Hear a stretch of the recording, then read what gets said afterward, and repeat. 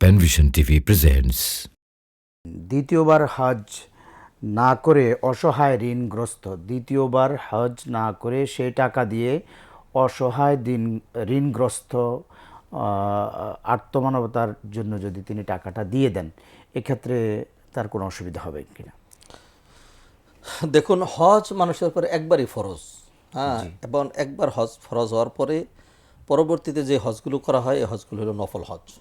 জি তবে নফল হজ যেটি সেটি কিন্তু নফল হজই। জি মানে হজ, বাংলা একটা প্রবাদ বলে না যে হাতি জীবিত থাকলেও হাতি অথবা বলে যে হাতি জীবিত থাকলেও লাখ টাকা মরে গেল লাখ টাকা। হ্যাঁ, তাহলে হজ যেটি নফল, হ্যাঁ, সেটি কিন্তু সাধারণ নফল না, এটা হজ। জি নবী যে হাদিস বলেন তা বেআবাইন আল হাজ্জ ওয়াল উমরা, তোমরা একের পর এক হজ উমরা করতে থাকবে। জি, সুন্দর কথা উদ্বুদ্ধ করা হয়েছে। একজন মানুষের উপর একবার হজ করার পরে তার আর বাইন্ডিংস নেই, দ্বিতীয়বার হজে তিনি চাইলে নাও যেতে পারেন। জি।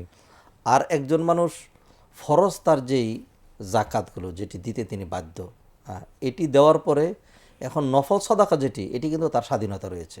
জি। কারণ কেউ যদি এই নফল সদাকা না করে তিনি মনে করেন না আমি হজে যাব, তাহলে তার এটা পূর্ণ রাইট আছে এবং এটার সব সে অনেক পাবেন।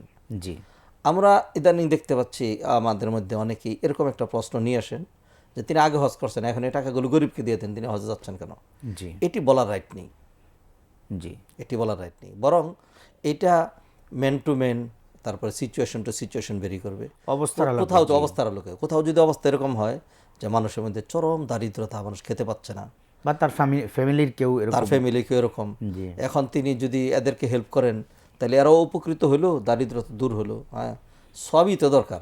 হ্যাঁ, সেক্ষেত্রে তিনি হজে না গিয়ে এদের এটা যদি করেন তাহলে নিঃসন্দেহে ভালো।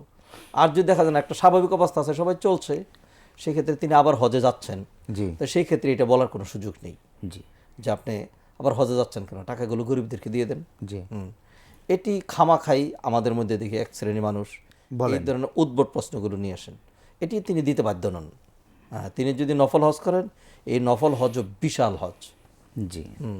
এর প্রতিদান অনেক বেশি, তার গুণাগুলো মাফ করে দেওয়া হচ্ছে আবার। তিনি জান্নাতে যাওয়ার সৌভাগ্য অর্জন করে আসছেন, নিষ্পাপ হয়ে আসছেন। অতএব একজনে এটি গ্রহণ করতে পারেন।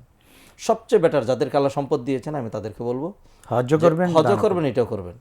যারা মানুষকে দেয় তারা হজ করেও দেয়, আর যারা দেয় না তারা হজে না গেলেও দেবে না। এটি হলো মূল কথা।